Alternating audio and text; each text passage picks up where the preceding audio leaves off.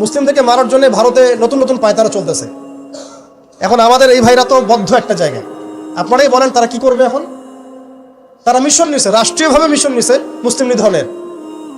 এখন এই ভাইদের কোনো রাষ্ট্র নাই, কোনো জামা নাই, কোনো আমির নাই, কোনো এদাদ নাই, কোনো জিহাদের কোনো মানে ওখানে অবস্থাই নাই করার মতো তাদের, তাই না? ভিতরে কথা বলছি আমি, কাশ্মীরের কথা বলছি না।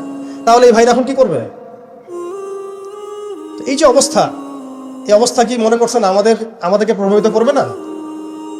অভ্যন্তরীণভাবে এখানে বাংলাদেশে আমরা বেশিরভাগ মুসলিম হলেও আমাদের আশেপাশে চতুর্দিকে ঘোরাফেরা করতেছে কুফফাররা, চতুর্দিকে ঘোরাফেরা করতেছে। আপনি কাকে বিশ্বাস করবেন? চায়নাকে বিশ্বাস করবেন? ভারতকে বিশ্বাস করবেন? নেপাল ভুটানকে বিশ্বাস করবেন? না মায়ানমারকে বিশ্বাস করবেন? আপনি যাবেন কোন দিকে? আমাদের প্রস্তুতিটা কি? আমাদের প্রিপারেশন কি?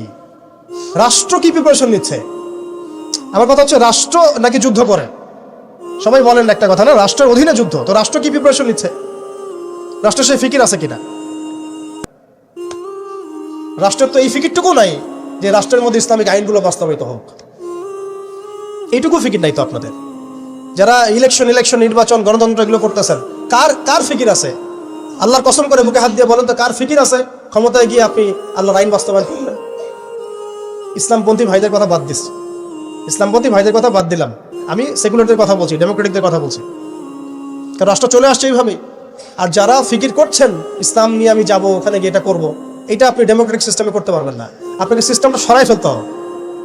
গণতন্ত্র বলে কোনো শব্দই রাখা যাবে না, তারপরে শরিয়া কায়েম করতে পারবে। শরিয়া আর গণতন্ত্র একসাথে থাকতে পারে না। শরিয়া, গণতন্ত্র, ধর্মনিরপেক্ষতাবাদ, কমিউনিজম এগুলো একসাথে থাকতে পারে না। একটা বোতল, এর মধ্যে আছে আপনার বিষ, এখানে আপনি দুধ খেতে পারবেন না।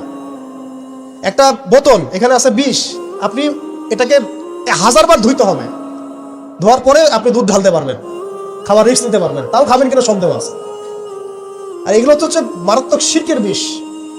এগুলো পশ্চিমাদের দাসত্ব করাবে আপনাকে। আমাদের হচ্ছে বড় কান্ট্রি আছে একটা তুরস্ক, একটা ইসলামিক ল বাস্তবায়ন করছে কিনা দেখায়। বড় একটা কান্ট্রি আছে মিশর, দেখায় না আমাকে একটা ইসলামিক ল বাস্তবায়ন করতে পারছে কিনা।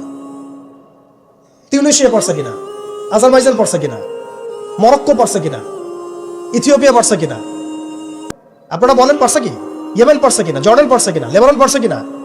পারে নাই। আফগানিস্তান পারছে কেন? আফগানিস্তান পারছে কেন? কারণ তারা সিস্টেমগুলোকে সরাই দিছে।